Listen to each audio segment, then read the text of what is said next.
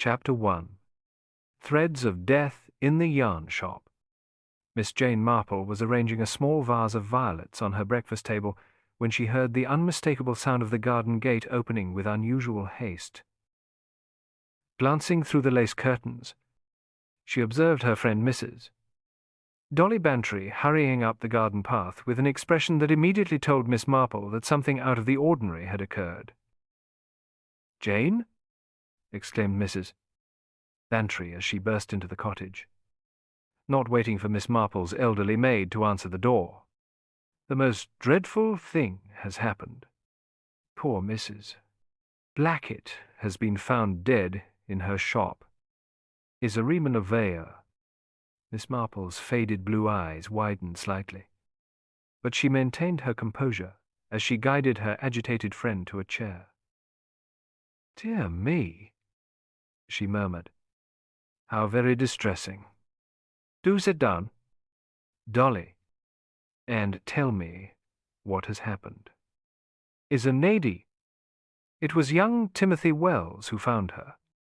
Mrs. Bantry continued, removing her gloves with trembling fingers. When he was delivering the morning paper, the shop door was unlocked. If you please. The light's still on from the night before. And poor Mrs. Blackett lying on the floor behind the counter with balls of wool scattered all around her. Nes, how very sad," said Miss Marple, pouring a cup of tea for her friend. "I was in Wool and Whispers only yesterday afternoon, buying some wool for Raymond's birthday present. I'm knitting him a blue sweater. You know, Mrs. Blackett seemed quite well then, though perhaps a little preoccupied. Is one his scarred? Well, at first everyone thought it was her heart," said Mrs. Bantry, accepting the tea gratefully. "She was getting on in years after all. But Dr. Haddock examined her and found something that changed everything. Her baby—" She lowered her voice dramatically. "A puncture wound, Jane, at the base of her skull. Dr. Haddock says it was too precise to be an accident. Is Rizai-Zender. That is I-Zender. Rise. Murder," Miss Marple said softly. "Inspector Slack is there now." "Mrs." Bantry confirmed. "The cash register wasn't touched, and there wasn't any sign of a struggle. Whoever did it must have been someone she knew. Is Brashman?" Miss Marple nodded thoughtfully. "Yes, that would seem likely. Did you happen to hear if anything was missing from the shop?" "Is new. I was scenting Maz for. Not that I know of. But the whole village is talking about it. Mrs. Rumant. Blackett has owned that shop for 20 years, and no one ever had a bad word to say about her. As Amma." Miss Marple recalled her visit to the shop the previous day. Mrs. Blackett had indeed seemed distracted. Twice, checking the clock on the wall while serving her. She mentioned something about expecting an important delivery. Miss Marple mused. I remember thinking it curious, as she usually received her wool shipments on Mondays, and yesterday was Thursday. They are, say, after Mrs. Bantry departed to spread the news elsewhere. Miss Marple put on her hat and coat and made her way to the village. Outside Wool and Whispers, a small crowd had gathered, held back by Police Constable Pauk. Miss Marple approached with an innocent expression. "Good morning." Constable. "I wonder if I might just pop in for a moment. I ordered some merino wool from Mrs. Blackett yesterday, and I really do need it for my grandnephew's birthday present. Is he an anon?" The constable hesitated. "Well?" Miss Marple. "There's been an incident." "This man's." "Oh." I've heard. Such a dreadful thing. But I'll only be a moment. And I'm sure Inspector Slack wouldn't mind. You know how helpful I've been in the past. He's pays fray of the four. This reminder of Miss Marple's previous contributions to local investigations had the desired effect. The constable stepped aside, and Miss Marple entered the shop, where Inspector Slack was questioning the village doctor. "Miss Marple," Slack said with barely concealed impatience. "I might have known you'd turn up. There resented Bings, there resented Wongs. Good morning. Inspector. Good morning. Doctor. Please don't mind me. I just came about some wool I ordered. Non-sistent." While the men resumed their conversation, Miss Marple's sharp eyes took in the scene. Mrs. Blackett's body had been removed, but the outline marked with chalk remained behind the counter. Several balls of wool were scattered around as if they had rolled from their basket. On the counter lay an open knitting pattern book turned to an intricate Fair Isle design. Miss Marple noticed something odd. A teacup on a small table in the corner, half empty, with a distinct trace of lipstick on the rim. This struck her as peculiar. For Mrs. Blackett never wore lipstick, considering it flashy for a woman of her age. Most curious of all was an expensive skein of cashmere, partially unwound, and then rewound somewhat carelessly. Miss Marple moved closer to examine it. The wool had clearly been handled by someone in a hurry, as if searching for something inside it. "Have you found what you needed?" "Miss Marple." Inspector Slack's voice broke into her observations. "Oh, I don't see my wool." Perhaps Mrs. Blackett hadn't set it aside yet. Such a tragedy. "Inspector, did Dr. Haddock determine when she died?" "I supplies." "I sip between 6 and 9 last evening," the doctor replied. "After closing time, but not too late into the night." "I spar." "I see. And the wound?" Had splayed seen." "Doctor." Haddock glanced at Inspector Slack, who nodded reluctantly. "A thin, sharp object," the doctor said. "It penetrated the base of the skull with considerable precision. Death would have been almost instantaneous. He's as many parties are the bine 12, like a knitting needle," Miss Marple suggested innocently. "Possibly," Slack admitted. "We're still looking for the weapon. And things bears." As Miss Marple was leaving, Constable Park stopped her at the door.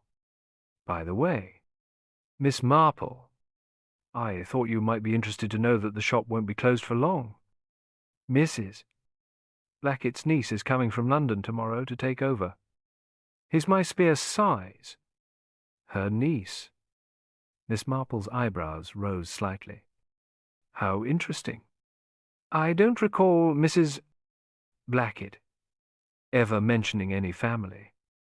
It's mately of them. Miss Diana Westfield. Her name is—" the constable continued. "The solicitor contacted her this morning. Seems she's the only living relative." "I am auntie?"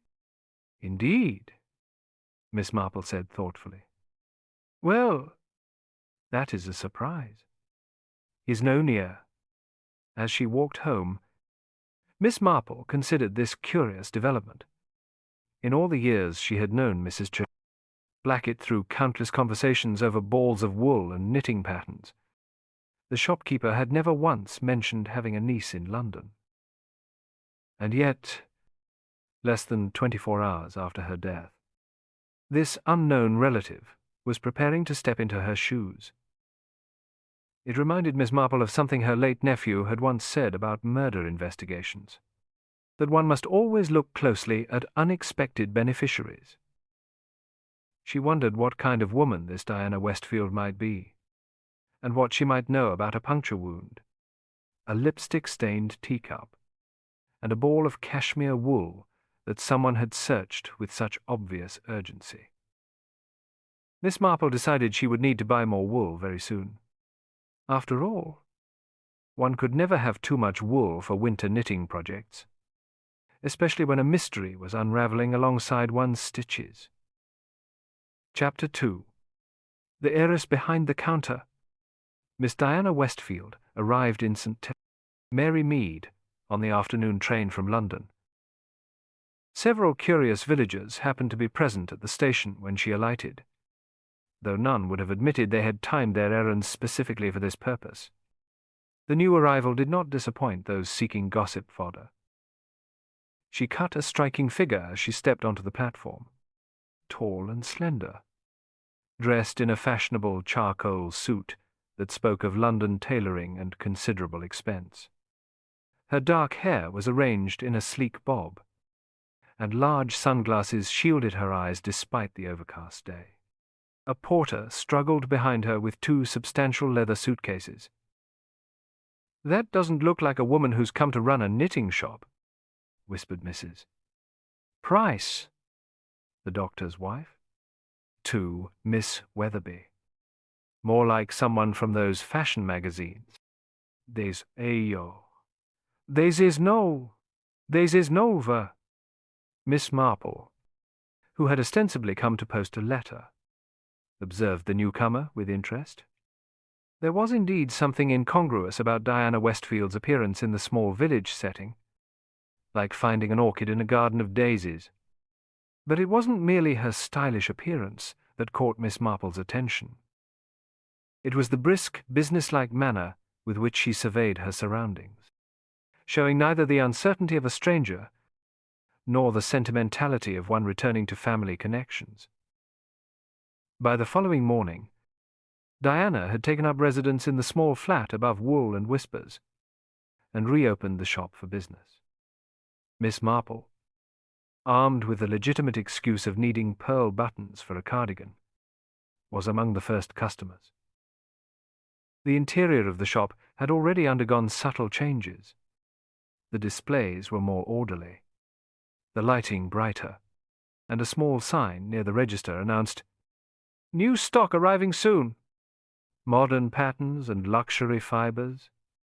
Maid's saucy cries. "Good morning," Miss Marple said pleasantly. "You must be Mrs. Blackett's niece.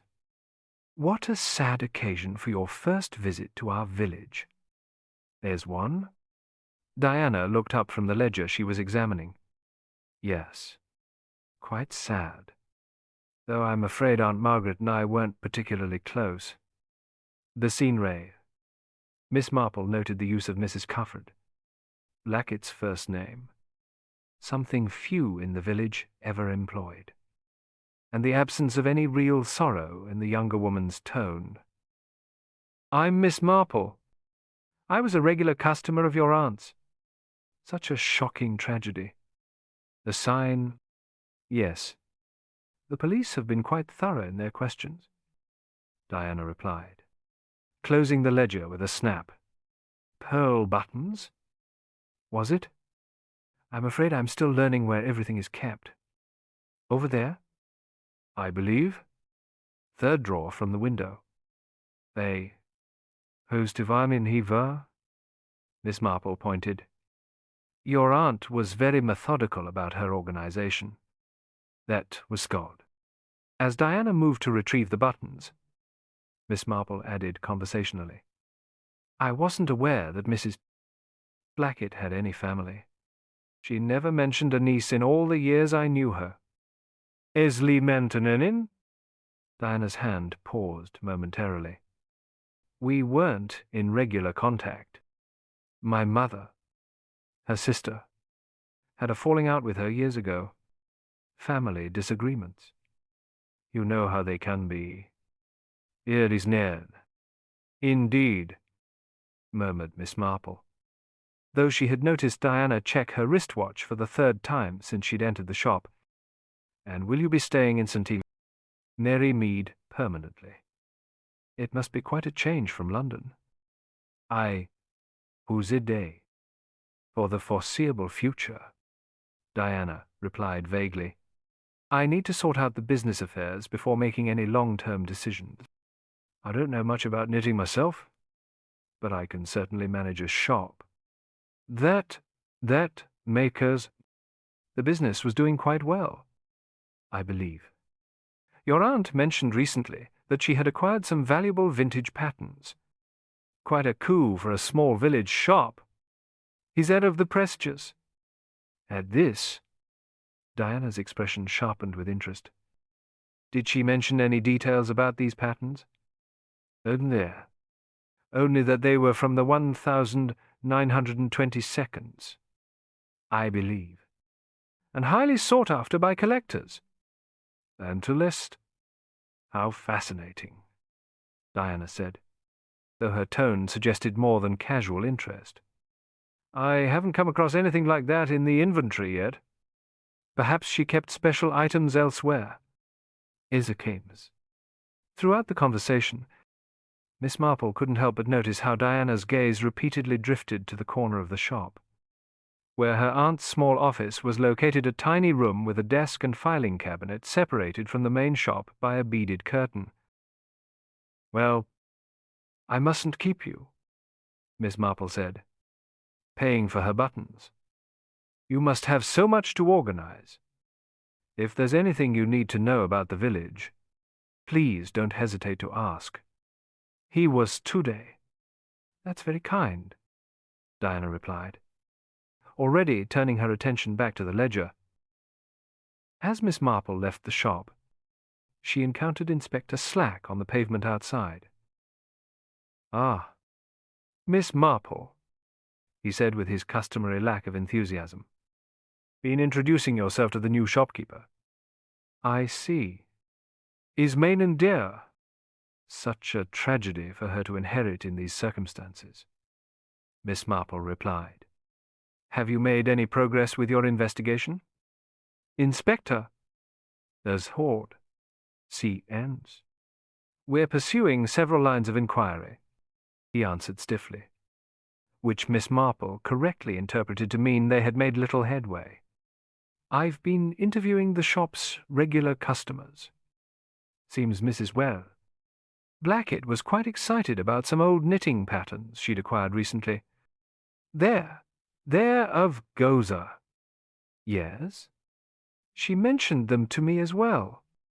Patterns from the 1922nd, I believe. It's trotters." "That's right. Apparently quite valuable to collectors, though we haven't found them among her effects. I don't suppose you noticed anything unusual when you visited the shop the day before her death?" "Is no scent of any days. Not have a—" Miss Marple considered. She seemed preoccupied, certainly.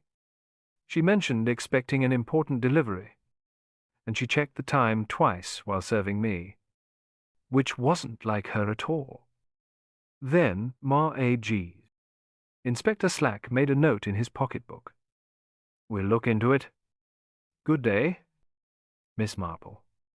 Later that afternoon, Miss Marple took tea with Miss Weatherby, the village's most reliable source of gossip, who was practically bursting with new information. "You'll never guess what I saw on the night, poor missus. Blackett was murdered," she began without preamble. "I was walking truffles, you know. My little Pomeranian passed the shop after closing time around 7, and there was a smart London car parked nearby, one of those expensive ones with the leather seats. And when is Signor do state? I'm—" "Indeed," Miss Marple encouraged. "Yes." And a well-dressed gentleman got out, most distinguished-looking, with silver hair. She lowered her voice dramatically. "He had a key. He unlocked the shop door and went straight in. As comfortable as you please. There's into one. How very interesting, Miss Marple murmured. Did you mention this to Inspector Slack? The ride? First thing this morning. He seemed quite excited about it too, which makes me think it must be important. Naughty Hesware. The next day, Miss Marple observed a flurry of activity at Wool and Whispers. Diana appeared to be reorganizing the shop, discarding various items that had accumulated during her aunt's tenure. A young boy was employed to carry boxes to the rubbish bin behind the shop. Under the pretext of returning a pattern book she had borrowed from Mrs. Blackett, Miss Marple approached as the boy was making one such trip. "Good morning," she called cheerfully. What a lot of clearing out." The boy, Tommy Jenkins, grinned. "Miss Westfield says the place needs modernizing. Most of this is just old rubbish. Mrs. Blackett kept. May same." Miss Marple glanced at the box he was carrying. Among the discarded papers and catalogues, she spotted a framed photograph lying face down. "Oh dear," she said. "I hope nothing of value is being thrown away. May I booze?" Without waiting for permission, she retrieved the photograph from the box. It showed a much younger Mrs. Blackett, recognizable, despite the passage of years, standing beside a distinguished-looking man in evening clothes. They were positioned on the steps of what appeared to be a grand country house with formal gardens visible in the background. Miss Marple turned the frame over and noted the inscription on the back. "Thornfield Hall, 1952. Never forget." "I'm sure your aunt would have wanted to keep this," Miss Marple said when she entered the shop and showed the photograph to Diana. "Family mementos are so precious." Diana took the frame, studying it with an unreadable expression. "Yes, of course. Thank you for rescuing it." But as soon as Miss Marple left, she placed the photograph in a drawer rather than returning it to display. That afternoon, as Miss Marple was working in her garden, she observed a taxi stop outside her gate. To her surprise, Colonel Bantry emerged, looking unusually purposeful. "Ah, Miss Marple," he called. "Thought I'd drop by. Dolly mentioned you were asking about Thornfield Hall." "Sir. Mays no may." "How kind of you to visit." "Colonel?" "And Nurse. Is a nurse too?" "Yes." The name came up in connection with poor Mrs. Blackett. "Won't you come in for some tea?" "Fast, that is they good." Once settled in her sitting room, Colonel Bantry explained. "Thornfield Hall used to be the country estate of Lord Westfield. Magnificent place about 30 miles from here. I was stationed near there briefly in the early 52nds. There's Cader. Westfield." Miss Marple repeated. "Like our new shopkeeper." I have. Exactly what struck me." The Colonel nodded. "Lord Westfield was a great collector manuscripts, historical documents. That sort of thing died under rather mysterious circumstances, if I recall correctly. His collection had to be sold off to settle enormous debts. Well, as evening approached, Miss Marple walked past Wool and Whispers and noticed the shop was still open despite the late hour. Through the window, she observed Diana speaking on the telephone, her expression agitated. As Diana hung up, she hurried to a small wooden box on the counter, locked it with a key that she wore around her neck, and carried it to the shop safe. Miss Marple continued her stroll, mind working like her knitting needles, steadily, purposefully creating a pattern from seemingly disparate threads. Mrs.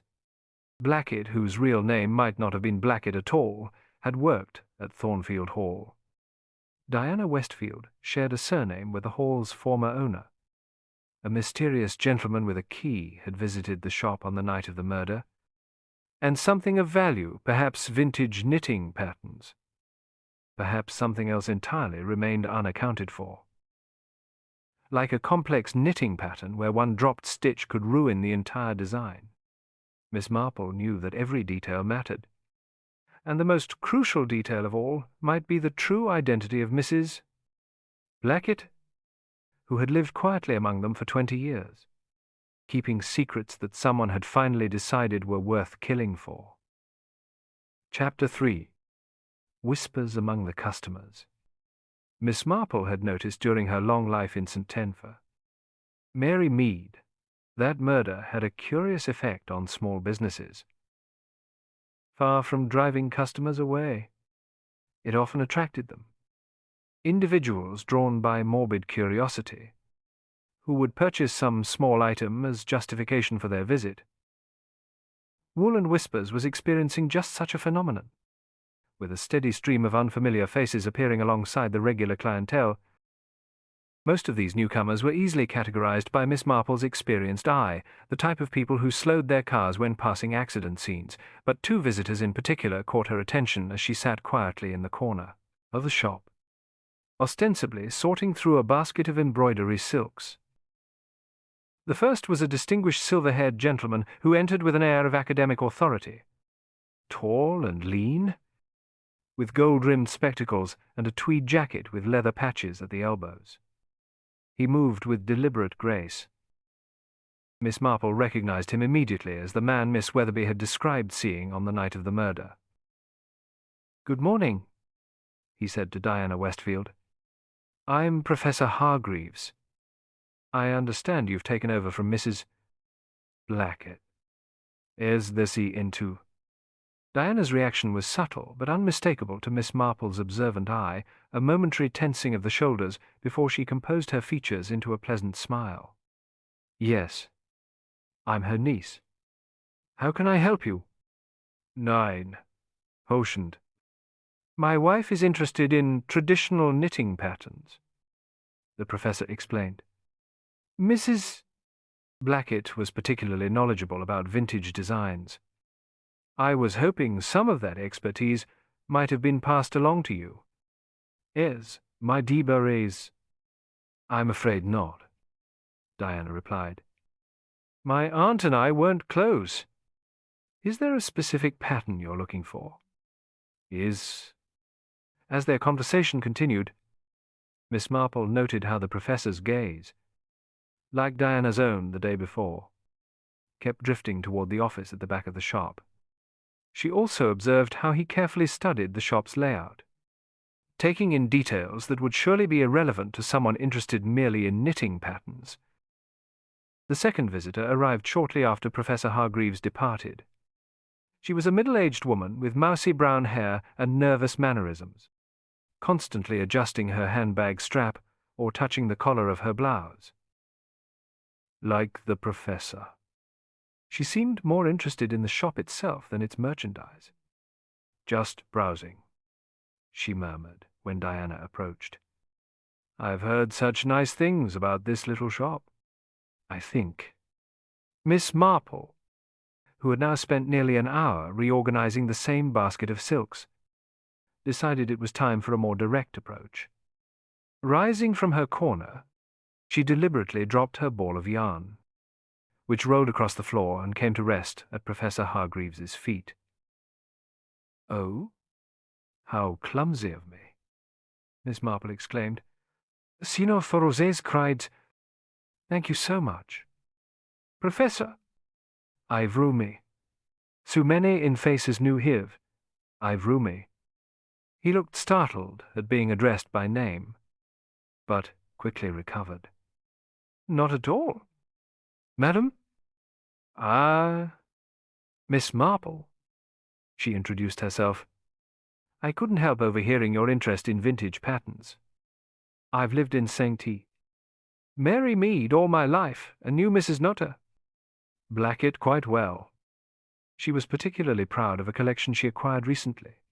Patterns from the 1922nd. I believe. It spanned.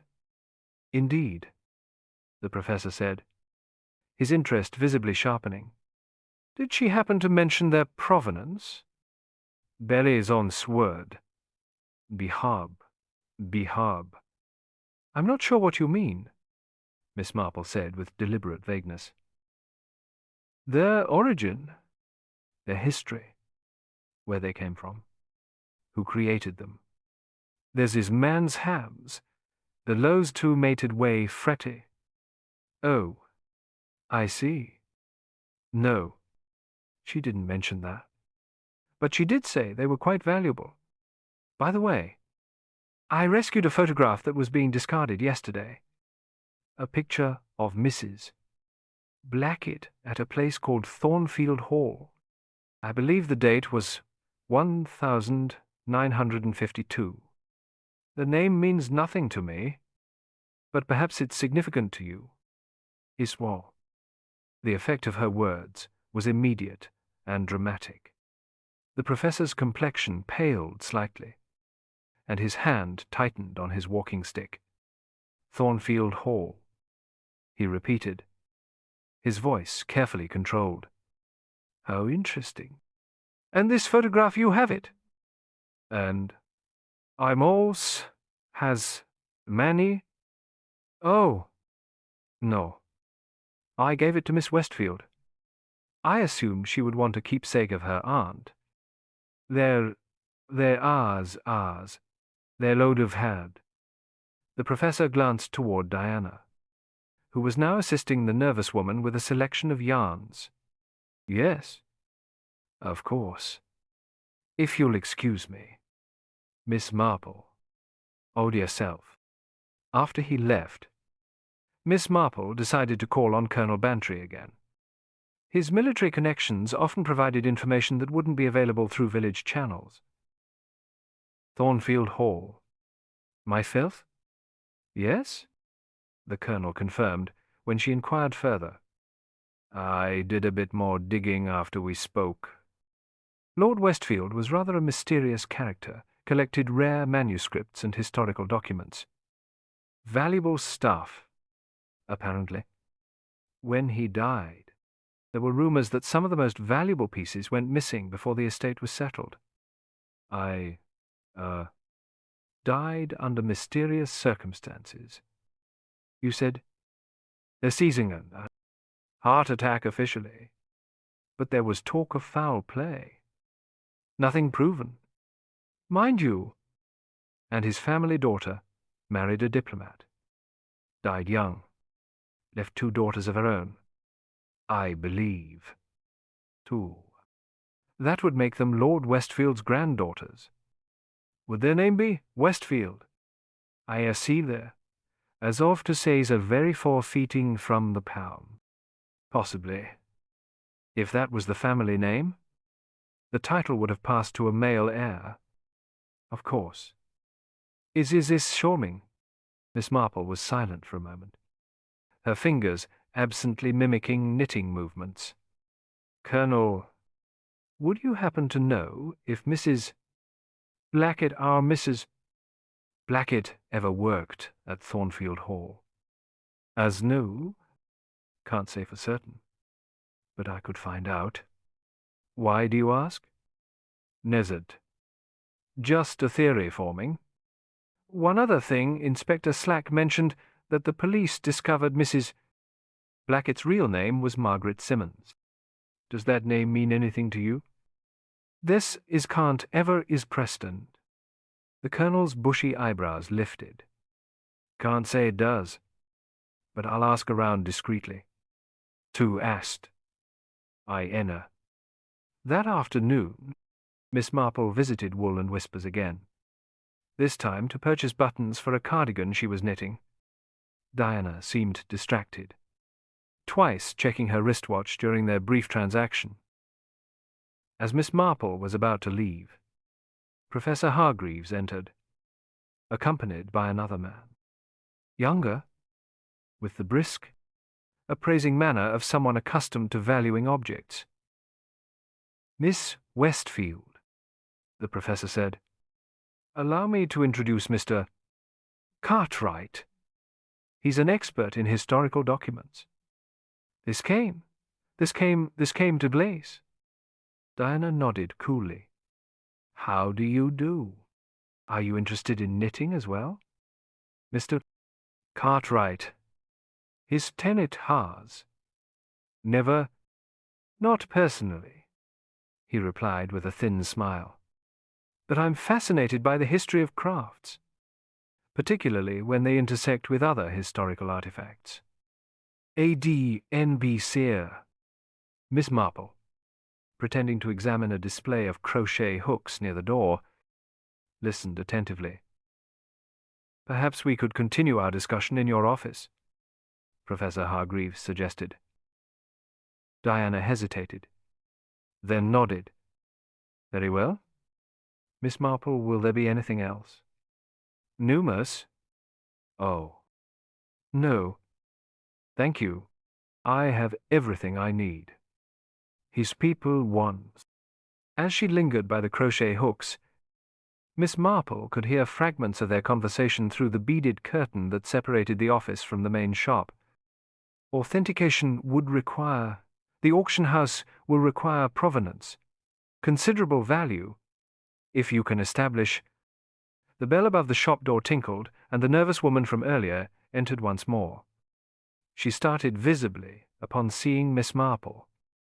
Oh, I didn't expect that is. I thought the shop might be empty at this hour. Is I. Miss Westfield is in her office with some gentleman. Miss Marple informed her pleasantly. I don't believe we've been introduced. I'm Miss Marple, a village resident. I'm Mrs. Ellis, the woman replied after a brief hesitation. I'm interested in vintage knitting designs. Is Mars? Coloning? How fascinating.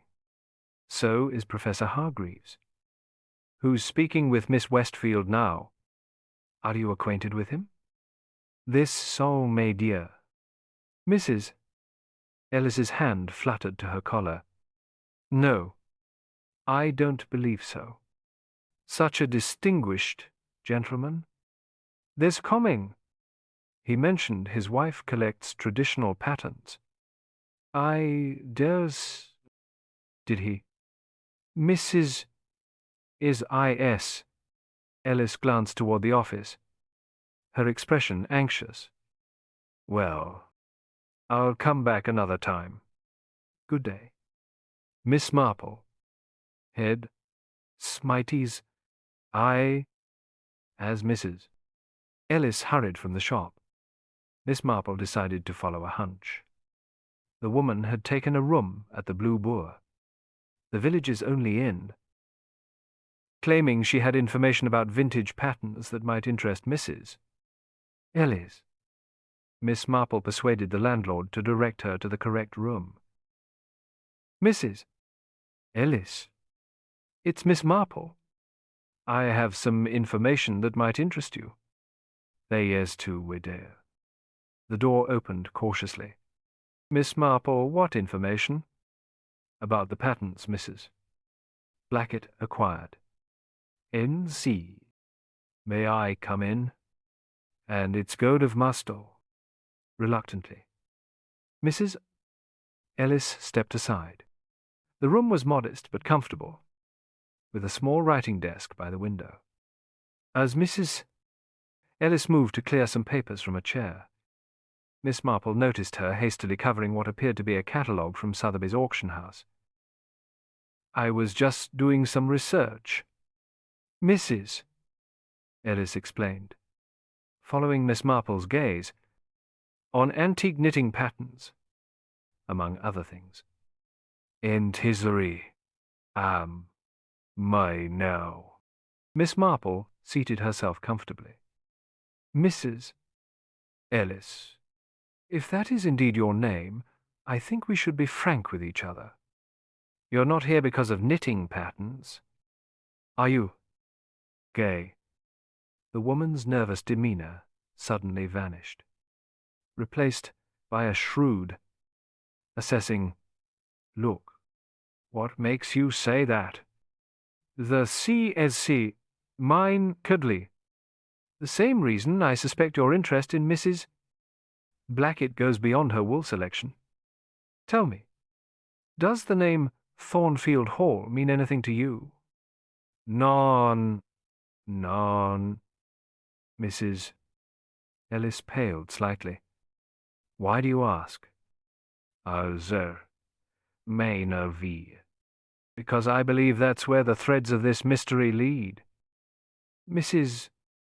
Blackett, whose real name was Margaret Simmons, worked there in the 1952nd. Now we have Professor Hargreaves, an expert in historical documents, taking a sudden interest in a village knitting shop. And you, Mrs. Ellis, studying auction catalogues while pretending to be interested in Fair Isle patterns. The usand. For a long moment, Mrs. Ellis said nothing. Then, with a sigh, she sat down on the edge of the bed. You're very perceptive, Miss Marple, as though I've lived a long time and observed a great deal of human nature. Miss Marple replied simply, and I've found that murder rarely occurs without reason. Someone wanted something. Mrs. Blackett possessed something valuable enough to kill for. Ten stay. Before Mrs. Ellis could respond, there was a sharp knock at the door. When she opened it, Inspector Slack stood in the hallway, his expression grim. Mrs. Ellis, I'd like to ask you a few questions about your relationship with the late Mrs. Blackett. Is it not who'd harsed a minute into... Later that afternoon, Miss Marple visited the village post office, where Mrs. Blade, the postmistress, was always a reliable source of information. Such a tragedy about Mrs.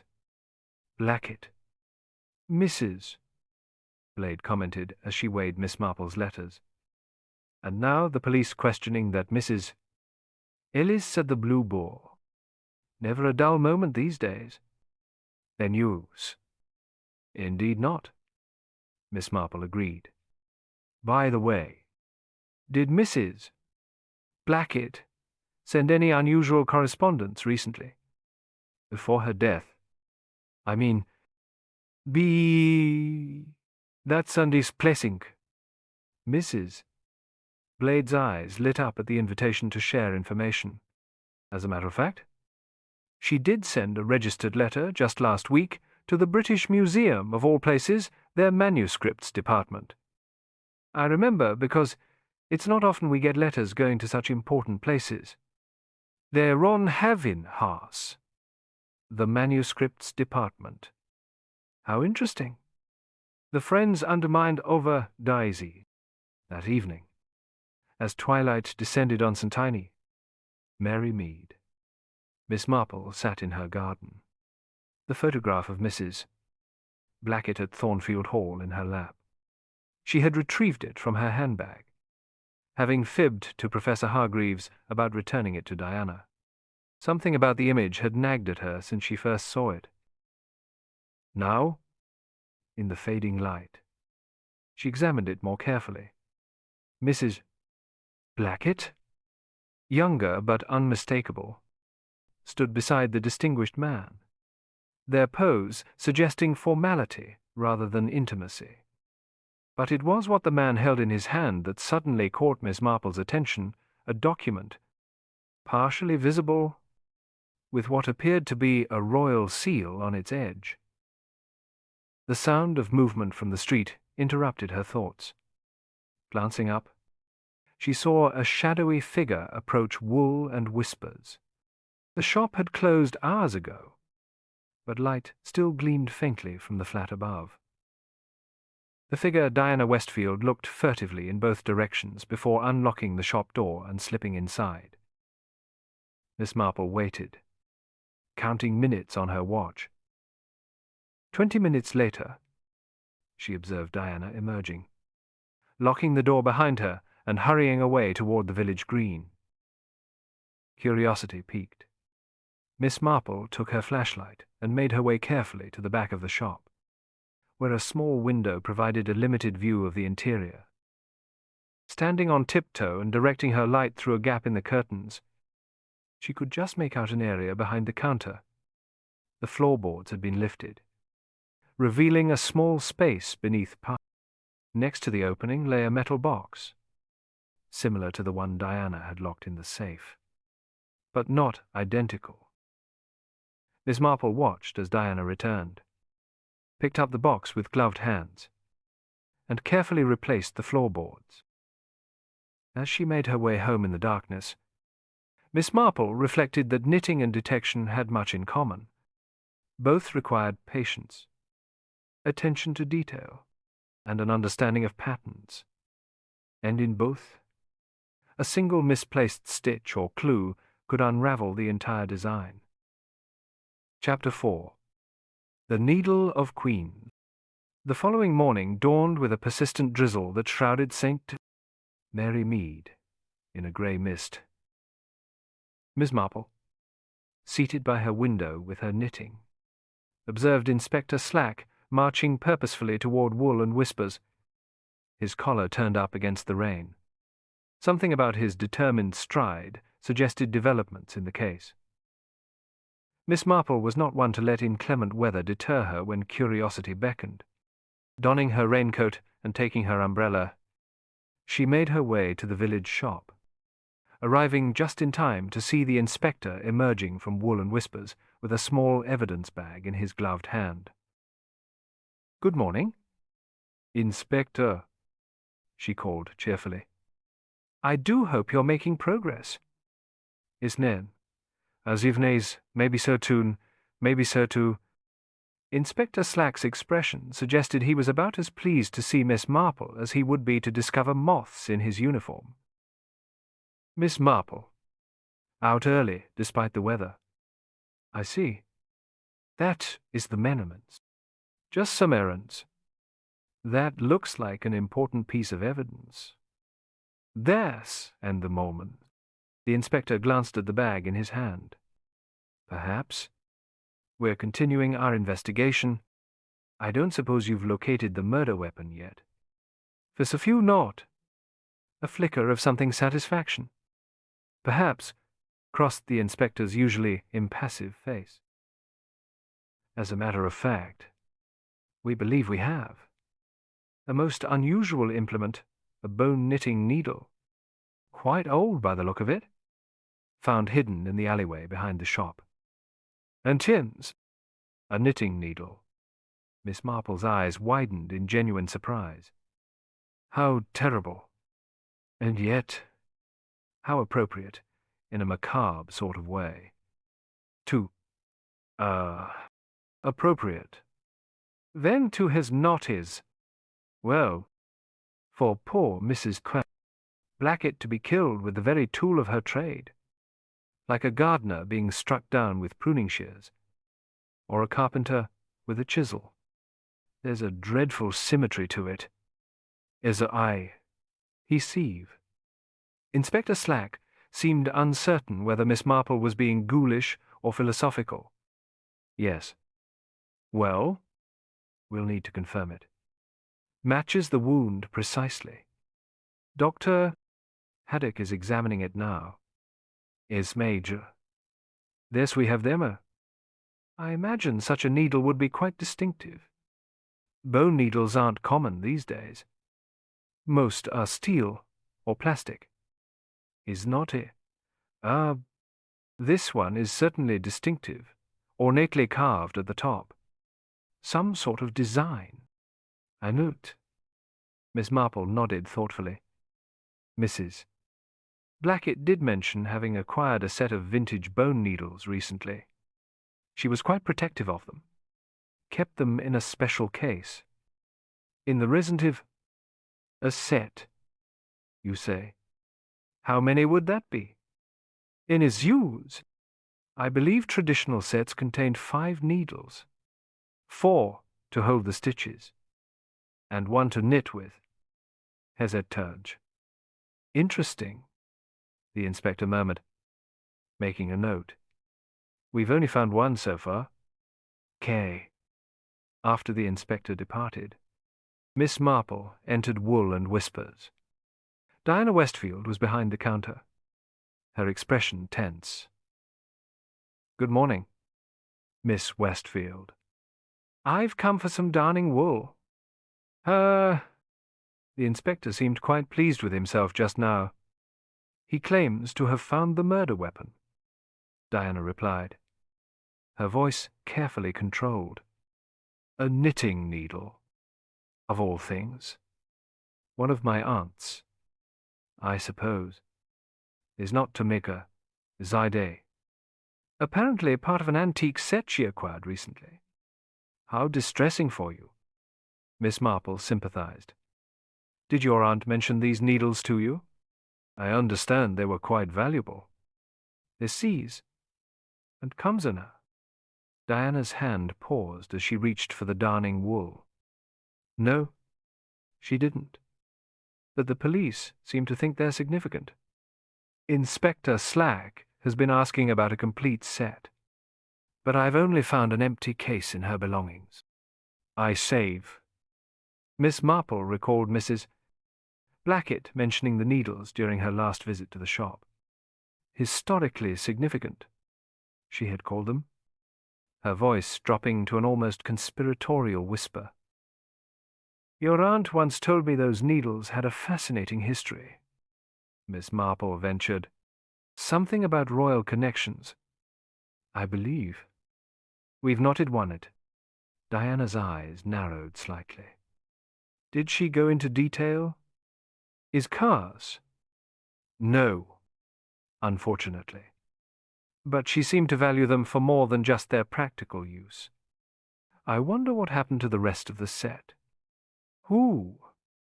Later that morning, Miss Marple visited the village library. Mrs. Price, the librarian. He was a former history teacher with a penchant for research. I'm looking for information about Thornfield Hall, Miss Marple explained, particularly regarding Lord Westfield's collection of historical artifacts. You have to see Noah's Orman, and in 2 towns. Mrs. Price's eyes lit up. The Westfield collection. Oh, yes? It was quite famous in certain circles. I believe I have some newspaper clippings that might interest you. Was he? The clippings, carefully preserved in acid-free folders, included several articles about the Westfield collection and its eventual dispersal after Lord Westfield's death. One article in particular caught Miss Marple's attention. Among the more unusual items in Lord Westfield's collection were artifacts associated with Mary, Queen of Scots, including a set of bone knitting needles believed to have been used by the Queen during her imprisonment. According to family legend, these needles served a dual purpose. Mary supposedly concealed messages inside the hollow handles, communicating with her supporters under the guise of innocent handicraft. Miss Marple read the passage twice, her pulse quickening. If Mrs. Blackett had somehow acquired these historical needles, they would indeed be valuable not just for their connection to royalty, but for what they might still contain.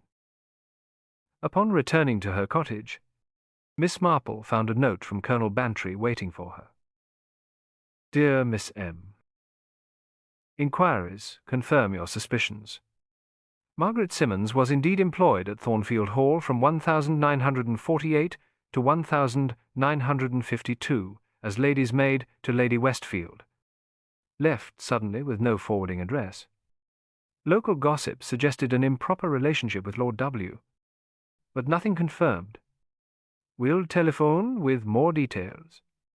Yours, B. Miss Marple sat in her armchair, fingers steepled beneath her chin. The pattern was becoming clearer. Mrs. Blackett Margaret Simmons had worked at Thornfield Hall during the period when Lord Westfield was actively building his collection. She had left abruptly, changed her name, and settled in St. Tamer, Mary Mead, where she lived quietly for 20 years. Recently, she had acquired a set of bone-knitting needles with royal connections, perhaps the very ones from Lord Westfield's collection, and now she was dead. Killed with one of those needles, and the rest of the set was missing. The telephone rang, interrupting her thoughts. Miss Marple. Inspector Slack here. Dr. Haddock confirms the knitting needle matches the wound precisely. It's definitely our murder weapon. This Genzo. How dreadful, Miss Marple murmured. Have you identified the carving on the handle? His portest. It appears to be a royal crest of some kind. Quite elaborate. We're consulting an expert. There's now, naughty, an expert like Professor Hargreaves. Perhaps. His maiden binnet is, Widger's Tamar. A pause. How did you know about him? Is no so. He's been visiting the shop regularly, and he's an expert in historical documents. I believe. He's. Another pause. I'd like to speak with you. Miss Marple. At your convenience. Arthur. When the inspector arrived, Miss Marple had tea waiting. Despite his usual impatience, Slack accepted a cup and settled in her armchair with an air of reluctant respect. You've been observing things again, Miss Marple. Things that might be relevant to our case. Nose. Just village comings and goings. She demurred.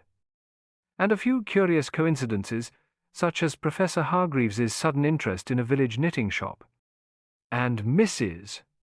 Ellis's interest in auction catalogues, and Miss Westfield's connection to Lord Westfield, a connection she hasn't acknowledged. Minor is. Inspector Slack leaned forward. Go on. Who? Miss Marple shared her discoveries the newspaper article about the Queen of Scots knitting needles, Colonel Bantry's confirmation of Margaret Simmons's employment at Thornfield Hall, and her own observations of Diana Westfield's suspicious behavior. You believe these knitting needles contain something valuable? Slack asked when she finished. It would explain a great deal, Miss Marple replied. If Mrs. Blackett somehow acquired these historical artifacts, perhaps she took them when she left Thornfield Hall. Or perhaps she came by them more recently. They might contain messages or documents of significant historical value. Azenta ruse. And someone killed her to obtain them. Man. Precisely. And that someone knew exactly what they were looking for. Remember the cashmere wool I mentioned?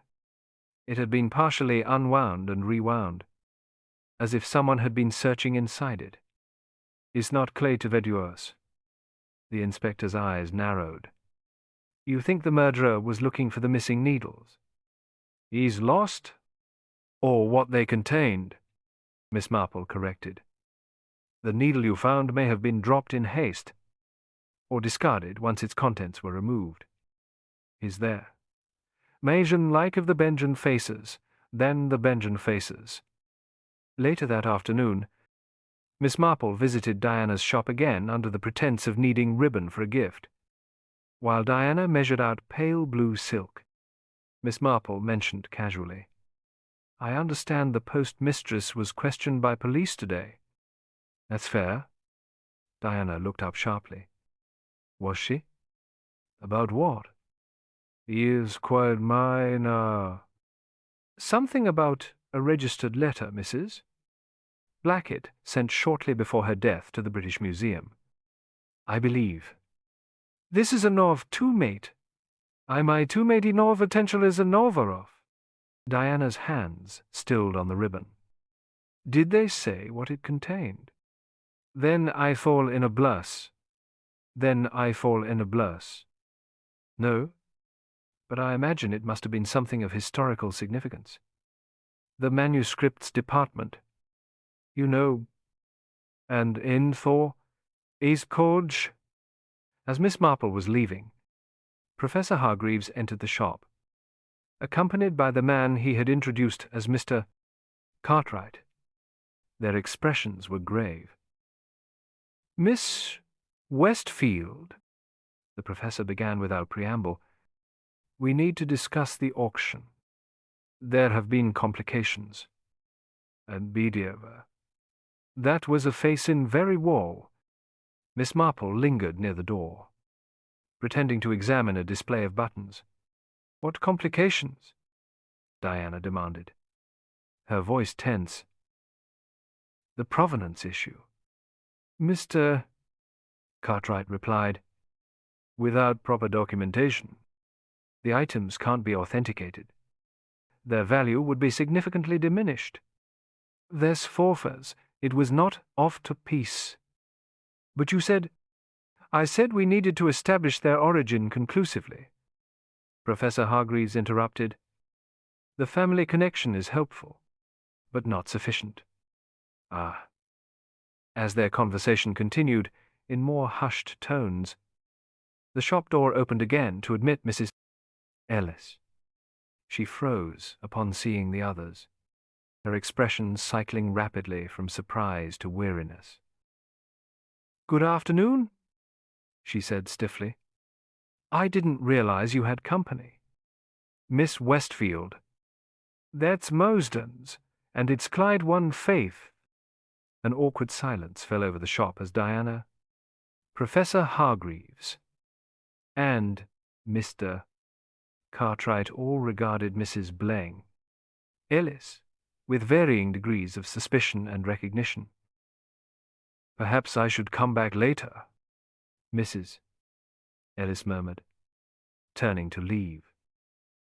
Actually, said Miss Marple pleasantly, I believe now might be the perfect time for all of you to have a conversation about Thornfield Hall and Lord Westfield's collection, and the true value of a set of bone-knitting needles once owned by Mary, Queen of Scots. Isa Bray. 4 pairs of eyes turned to Miss Marple in astonishment. You see, she continued, I believe the answers to Mrs. Blackett's murder lie in the past in events that occurred at Thornfield Hall over 20 years ago. And I think all of you know more than you've admitted about those events, and about the historical treasures Mrs. Blackett protected for so long. The ass. Wells. That evening, as Miss Marple examined the photograph of Mrs. Frawley, Blackett at Thornfield Hall once more, her attention was drawn to a small detail she had previously overlooked. In the background, partially visible on a library table, she was a wooden box identical to the one she had seen Diana retrieving from beneath the floorboards of the shop. With growing excitement, Miss Marple reached for her telephone. Inspector Slack, please. This is Miss Marple. Yes. It is rather late, but I believe I've discovered something quite important about the case. Nye, Smy. As she waited for the inspector to arrive, Miss Marple carefully examined the carved bone-knitting needle she had secreted in her knitting basket, the 5th needle from Mrs. Needle, Blackett's set, which she had discovered tucked inside the ball of expensive cashmere yarn she had purchased the day before the murder. Mrs.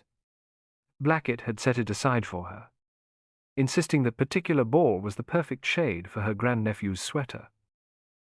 Turning the needle in her fingers, Miss Marple noted the small, nearly invisible seam around its ornately carved handle. With careful pressure, the handle came apart, revealing a hollow interior, and within it a tightly rolled slip of parchment yellowed with age, but clearly marked with an elegant, centuries-old hand. Chapter 5. A Pattern of Deception. Inspector Slack stared at the small roll of parchment lying on Miss Marple's dining table as if it might suddenly sprout fangs. "And you found this inside the knitting needle?" His voice conveyed equal parts skepticism and reluctant admiration. "Yes." "Inspector, the handle unscrews quite cleverly. See the fine seam here?" Miss Marple demonstrated. "The needle was hidden in the ball of cashmere wool, Mrs. Blackett set aside for me the day before she died. I believe she suspected she was in danger and wanted to ensure at least one of the needles and its contents would be safe."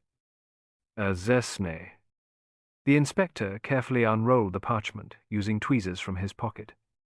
The handwriting was faded, but still legible. An elegant script that spoke of another era, though neither of them could decipher the entire text. The royal seal at the bottom was unmistakable. "This appears to be a historical document of some significance," Slack admitted. "Possibly dating back to the Elizabethan era," Miss Marple finished. "From the time of Mary, Queen of Scots. According to my research, Lord Westfield possessed a set of bone knitting needles believed to have belonged to Mary during her imprisonment. The handles were hollow, and she supposedly hid messages inside them to communicate with her supporters. Child. And you believe Mrs. Blackett somehow obtained these historical artifacts? Has author. I believe she took them from Thornfield Hall when she left suddenly in 1952. Colonel Bantry confirmed she was employed there as Lady Westfield's lady's maid, and departed under mysterious circumstances. His elation. They say Len." Inspector Slack frowned. "That would be theft." "I'm in?" "Perhaps," Miss Marple conceded. "Or perhaps Lord Westfield gave them to her. The photograph shows them together at what appears to be a country house party. They may have been close. Is your... And you think someone killed Mrs. Blackett to obtain these needles and the documents they contained?" "Oh dear. Precisely. Someone who knew their historical and monetary value. And he can't." The inspector paced the small room, his mind working. "We have 3 suspects. Professor Hargreaves, an expert in historical documents. Diana Westfield, who claims to be Mrs. Blackett's niece, but is actually Lord Westfield's granddaughter. And this Mrs. Ellis, who turns out to be Patricia Westfield, Diana's sister. May. All with potential motives," Miss Marple agreed. "Professor Hargreaves for scholarly reputation or financial gain. The Westfield sisters, to reclaim what they might consider their family heritage. But which one actually committed the murder? Oh, way." Miss Marple's fingers worked at her knitting, needles clicking rhythmically as she considered. "I think we need more information about the planned auction. Mrs. Ellis Patricia Westfield had a Sotheby's catalogue in her room at the Blue Boar. There is... my." Inspector Slack nodded. "I'll look into it. In the meantime, this document should be secured as evidence." He carefully rolled the parchment and placed it in an evidence envelope. After the inspector departed, Miss Marple telephoned Colonel Bantry. "Colonel, I wonder if you might make another inquiry for me about an upcoming auction at Sotheby's featuring royal correspondence from the Elizabethan era. I'd be particularly interested to know who is offering these items for sale. This preference had my means. The port has general age." "Certainly, Miss Marple. I'll see what I can discover." Noth. The following morning brought a message from Colonel Bantry requesting Miss Marple join him for tea. She found him in his study, surrounded by notes and a telephone directory. "Your auction inquiry proved most interesting," he began without preamble. Sotheby's is indeed holding a sale next week featuring newly discovered royal correspondence from the Elizabethan era, including letters between Mary, Queen of Scots, and Queen Elizabeth Tudor. The seller is listed simply as a private collector, but my contacts suggest it's Sir James Hargreaves. Is well? Where has time? Here's Sir's pie. Sir James, Miss Marple repeated. Not Professor Hargreaves. And Clears. One and the same. He uses his academic title professionally, but he inherited a baronetcy from his father. Quite wealthy, apparently, and a renowned collector of royal manuscripts. Is noted most adong, and Mr. Cartwright works for the auction house. I know Sabi. He specializes in authentication of historical documents. May, sir. What about Patricia Westfield, the woman calling herself Mrs. Ellis? Is no the scent of not Phoebe. That took some digging, the colonel admitted. But yes, Patricia Westfield is indeed Lord Westfield's granddaughter, as is Diana. Sisters. Their mother was Lord Westfield's only daughter, who married a diplomat named Harrison. She died young, and the girls were raised by their father abroad. They took back the Westfield name as adults. Apparently. Ishkalud. So Diana Westfield really is Mrs. Mon, Blackett's niece. They have night hen. The colonel shook his head. Not biologically. No. If Mrs. Blackett was Margaret Simmons, the lady's maid, there's no blood relationship. Though I suppose, if there was a connection between Lord Westfield and Margaret Simmons, as the photograph suggests, Miss Marple nodded. Then it's possible the girls were raised to think of her as an aunt. Or Diana is simply using that claim to explain her sudden appearance in St. Saint. Mary Mead, when he tans. She considered this information, her shrewd eyes distant.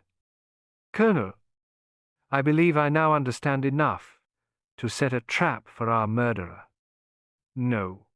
A feeser? No. A trap. The colonel looked both alarmed and intrigued. Yes, but I'll need Inspector Slack's cooperation, and yours as well. This may be Grode, the person with way forward. The plan was simple but effective. Miss Marple would spread word through the village gossip network, efficiently managed by Miss Weatherby, that she had found something interesting in some old knitting patterns Mrs. Orne Blackett had given her before her death. The rumor would suggest this discovery might relate to the value of certain historical documents recently offered for auction. That evening, Miss Marple sat knitting in her cottage, with the curtains deliberately left open, a vintage pattern book open beside her. Inspector Slack and a constable waited, hidden in the garden, while Colonel Bantry positioned himself in the small back parlour, ready to provide assistance if needed. At 9, a shadow fell across the window. Miss Marple, without looking up from her knitting, nodded slightly toward the back of the house, signalling the inspector. A moment later, there was a polite knock at the door. Miss Marple opened it to find Professor Hargreaves, or rather Sir James, standing on her doorstep. Miss Marple, forgive the late hour. I was passing and saw your light. I understand you've discovered something of interest among Mrs. Blackett's patterns. Is Morand. How kind of you to call. Professor, do come in. That Bracken Vray. She led him into the sitting room, offering tea, which he declined. His eyes immediately went to the pattern book. Is this what you found? He asked, reaching for it. One of several items, Miss Marple replied vaguely. Mrs. Blackett entrusted me with certain patterns she valued, though I'm only beginning to understand their significance. Theirs. Sir James leaned forward. Miss Marple, I believe those patterns may be connected to historical documents of great scholarly importance. As an academic with expertise in this field, I would be most interested in examining them. Is very way. Would this be for your personal collection, Professor, or for the auction you've arranged at Sotheby's? Rise. His expression revealed momentary surprise before he composed himself. You're remarkably well informed, Miss Marple. This is Himes. This is not of this prize end. Village life encourages one to be observant, she replied modestly. Before Sir James could respond, there was another knock at the door. Miss Marple excused herself to answer it, returning with Diana Westfield, whose elegant composure faltered when she saw Sir James. Professor Hargreaves, she said coolly. What coincidence. Who then? Miss Westfield? His tone was equally chilly. Or should I say, Miss Harrison? Messer. Diana turned to Miss Marple. I apologize for calling so late, but I heard you had discovered something that belonged to my aunt. As her closest relative, I naturally have an interest. Beizing. Of course. Miss Marple nodded. Though I understand the relationship was not quite as you described it. Is Tendra dying? Diana's expression hardened. Whatever Margaret Simmons may have been to my grandfather is irrelevant. The family collection rightfully belongs to Patricia and me.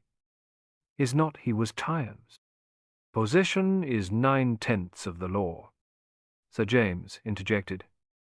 And I have possession of most of the collection now. Yes, obtained by questionable means, Diana retorted. Their argument was interrupted by a third knock. Miss Marple, with an air of mild surprise that didn't quite reach her eyes, admitted Patricia Westfield, Mrs. Ellis, whose nervous demeanour had been replaced by firm determination. I see I'm not the only one who received word of Miss Marple's discovery, she said, glancing between her sister and Sir James. How convenient that we're all gathered together. Any so quod. Miss Marple returned to her chair and calmly resumed her knitting, while the three visitors regarded each other with undisguised suspicion. Now that you're all here, she said pleasantly, perhaps we can discuss what really happened to poor Mrs. Blackett Margaret Simmons, and why. And the bin is. I don't see what that has to do with, Diana began. It has everything to do with a set of bone-knitting needles once owned by Mary, Queen of Scots, Miss Marple interrupted, and the valuable historical documents hidden inside them. Documents that someone was willing to commit murder to obtain. Ah. She looked at each of them in turn. One of you killed Mrs. Blackett, and I believe Inspector Slack will be very interested in what we have to discuss. Is nor there is men same. As if on cue, the inspector stepped in from the garden, followed by his constable. Good evening. Ladies and gentlemen, I hope you don't mind if I join this gathering. There. The faces of the three visitors registered varying degrees of alarm and resignation as Inspector Slack closed the door firmly behind him. Now then, he said, I think it's time we heard the full story about these historical documents and their connection to the murder of Mrs. Margaret Blackett, formerly known as Margaret Simmons, let's say. A tense silence fell over the room. Miss Marple's knitting needles clicked steadily, the only sound apart from the ticking of the clock on the mantelpiece. She observed the three suspects with calm interest, noting their reactions. Sir James maintained his academic poise, but couldn't hide the tension in his shoulders. Diana's expression was one of calculation, her eyes darting between the others as if measuring her options. Patricia seemed resigned, almost relieved that matters were coming to a head. "Perhaps," Miss Marple suggested gently, "we should begin with Thornfield Hall in 1952, and a lady's maid who left suddenly with something very valuable hidden among her modest possessions. How's this spear next?" Chapter 6. The Final Stitch. The morning sun filtered through the lace curtains of Miss Marple's cottage, casting delicate patterns across the assembled company. Inspector Slack had requested they reconvene at a more civilized hour to conclude the matter of Mrs. Blackett's murder, and now they all sat in Miss Marple's sitting-room, the inspector himself, looking unusually solemn. Sir James Hargreaves, his academic dignity somewhat diminished by a night's questioning at the police station. Diana Westfield, elegant even in obvious distress, and Patricia Westfield, whose nervous mannerisms had returned in full force. Miss Marple poured tea with steady hands, the picture of elderly gentility, though her faded blue eyes missed nothing as they moved from face to face. "Before we proceed," Inspector Slack began, "I should inform you that we've had the document from the knitting needle examined by an expert from the British Museum. It appears to be authentic, a letter from Mary, Queen of Scots, to Queen Elizabeth Tudor, dated 1586. Its historical and monetary value is considerable. Could jest with us, as I've maintained all along," Sir James murmured. "Quite," the inspector acknowledged. "We've also received information from the British Museum about the registered letter Mrs. Blackett sent them shortly before her death. It contained her intention to donate a collection of royal correspondence, specifically letters between Mary Stuart and Elizabeth Tudor that were not previously known to historians. And her's Maud, who've—" Diana's hand tightened on her teacup. "She had no right to make such a donation. Those documents belong to the Westfield family." "Ah, where?" "That is a matter for the courts to decide," Inspector Slack replied. "Our concern is who killed Mrs. Blackett, and why." He turned to Miss Marple. "Perhaps you would care to share your conclusions with us." Miss Marple, Genderzel. Setting down her teacup, Miss Marple took up her knitting a blue sweater nearly completed. As her needles clicked rhythmically, she began to speak. "When I first heard of poor Mrs. Blackett's death, I was struck by several peculiarities. The shop door unlocked, but no sign of robbery. A teacup with lipstick on the rim, though Mrs. Blackett never wore lipstick. And most curiously, an expensive skein of cashmere wool that had been partially unwound and rewound, as if someone had been searching inside it. Oh. Her needles paused momentarily. These details suggested the killer was someone Mrs. Blackett knew, and admitted willingly to the shop after hours, someone looking for something specific. Something small enough to be hidden in a ball of wool. This speaks to descendant." She resumed her knitting. "As I learned more about the case, a pattern began to emerge. Mrs. Blackett was actually Margaret Simmons, formerly lady's maid to Lady Westfield at Thornfield Hall.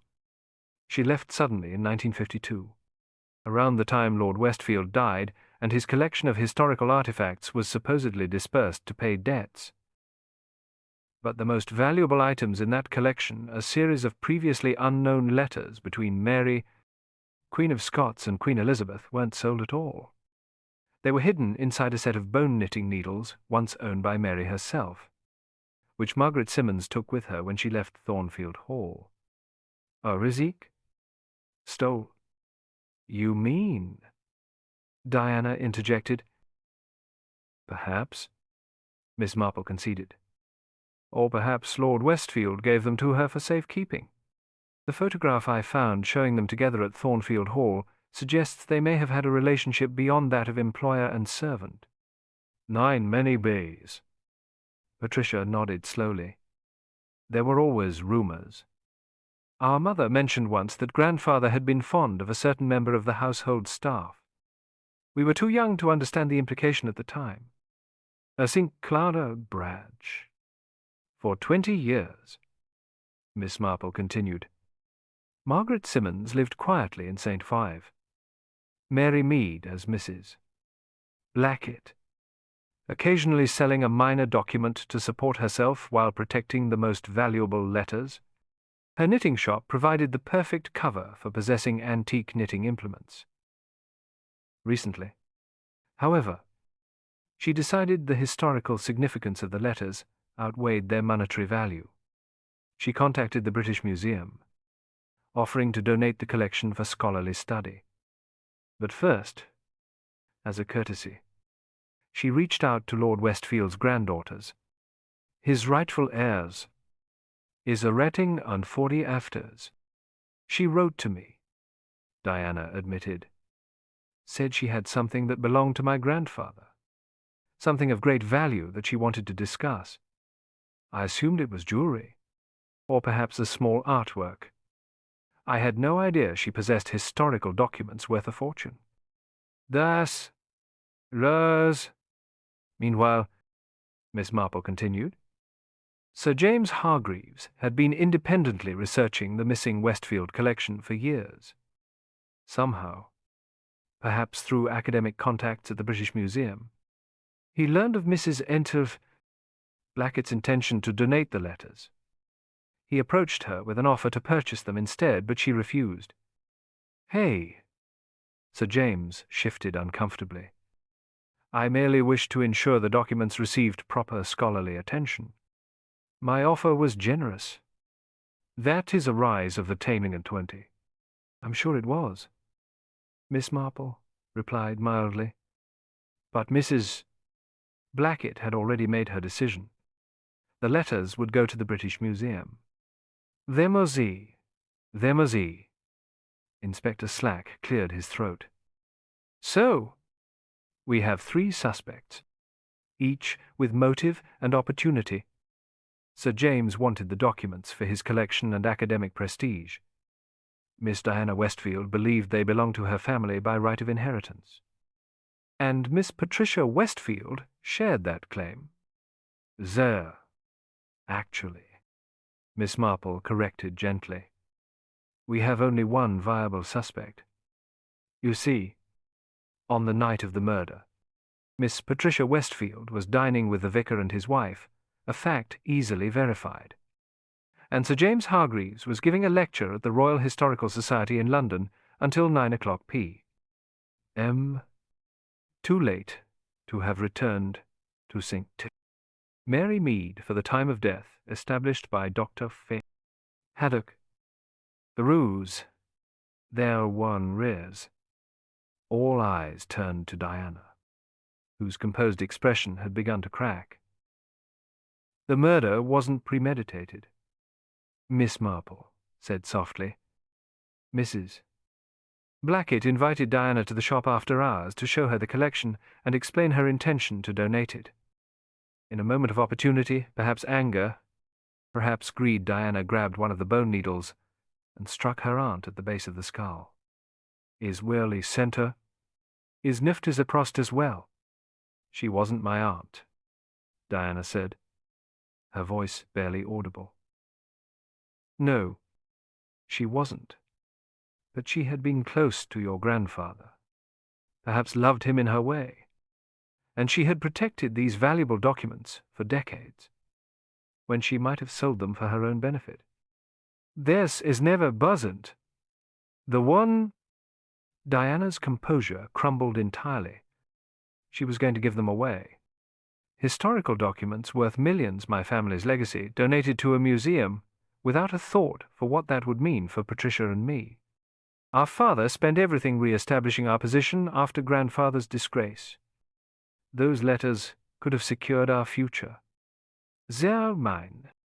So you killed her, Inspector Slack stated. I didn't mean to, Diana whispered. I was angry. The needle was just there. It happened so quickly. See, and afterward, Miss Marple continued, you searched frantically for the complete set of needles and the patterns that would reveal their significance. Not realizing Mrs. Blackett had already separated them for safekeeping. You found most of them, but disposed of the murder weapon in the alley behind the shop.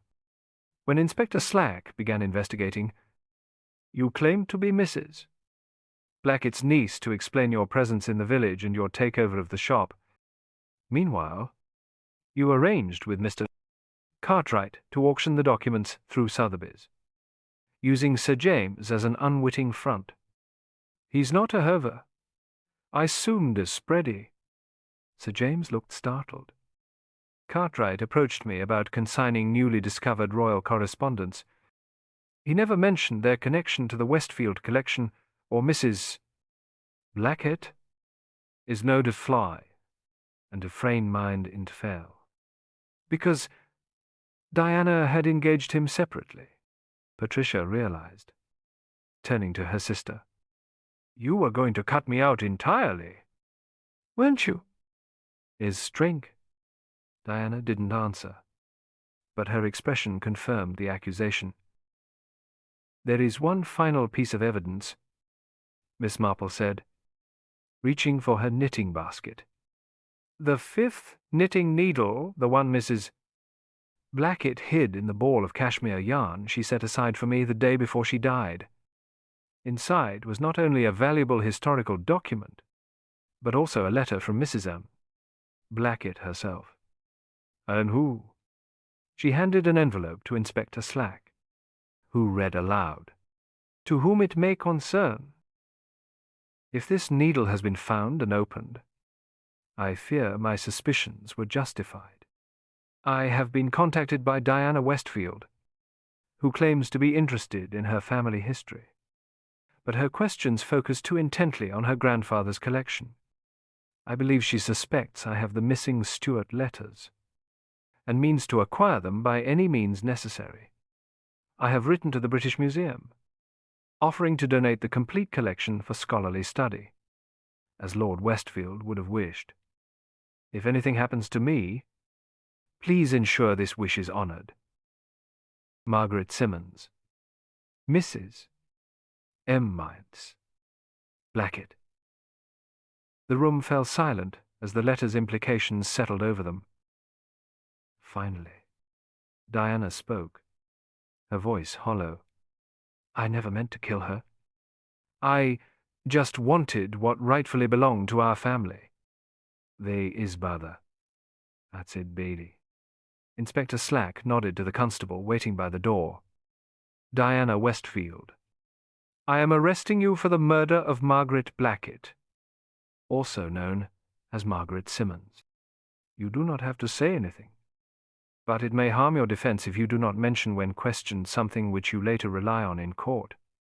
This Pricedes. As Diana was led away, Patricia turned to Miss Marple.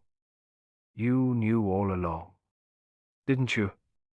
About the needles, the documents, everything. Their Zurd is them forever. Not all along, Miss Marple demurred. But the pattern became clear as more threads were revealed. Your sister overlooked one crucial detail. Mrs. Blackett was an experienced knitter. She would never leave an expensive ball of cashmere yarn unwound by accident. She deliberately placed that needle where she thought it would be safe with someone who would understand its significance. This nutment, later, after the others had departed, Miss Marple sat alone in her garden, completing the blue sweater for her grandnephew. The case had been solved, the murderer apprehended, and arrangements made for the historical documents to be properly evaluated by the British Museum, with recognition of both their historical significance and the Westfield family connection. Patricia had decided to remain in St. Sanctive Courts. Mary Mead, temporarily. Expressing her intention to reopen the knitting shop in honour of Margaret Simmons's memory, Sir James had offered his expertise to assist the British Museum in authenticating and studying the Stuart letters, seemingly satisfied with scholarly recognition rather than ownership. As Miss Marple completed the final rows of the sweater, she incorporated a small, subtle pattern in one corner, a private tribute to Mrs. Not Blackett, and a reminder that the most important patterns are often those that remain unseen, but hold everything together. Her thoughts were interrupted by the arrival of her friend Dolly Bantry, who settled into the garden chair with an expectant expression. "Well, Jane, the whole village is talking about the arrest. How did you solve it?" "And sanely?" Miss Marple smiled. "It reminded me of something that happened years ago with Mrs. Not Hand, Thistlethwaite's daughter-in-law. She was always very careful with her gloves. Never went anywhere without them, even in summer, until one day she suddenly appeared bare-handed at church. It turned out she'd removed her wedding ring to sell it, though she told everyone it needed cleaning. Human nature. You see, people reveal themselves in the small inconsistencies. Is very Mars the by the lash. But what about the knitting needles and those royal letters? Such a remarkable story. The Gresp, mostly, yes, rather like a novel, isn't it? But you know, Dolly, what struck me most was poor Mrs. Blackett's foresight. She must have suspected Diana might be dangerous. Yet she invited her to the shop that evening. Perhaps she hoped she was wrong. But she took precautions anyway, separating those needles and their precious contents. This speaking, one is prized, and hiding one in the wool she set aside for you? Mrs. Bantry nodded. Clever of her. 'Tis not his experience. She knew I was a knitter, Miss Marple said simply. And knitters understand the value of patience, of working stitch by stitch until the pattern reveals itself. There is a stew have a read. As the afternoon shadows lengthened across the garden, Miss Marple completed the final stitch of her grandnephew's sweater, weaving in the loose end with the same careful precision she had applied to solving the mystery of the knitting shop murder.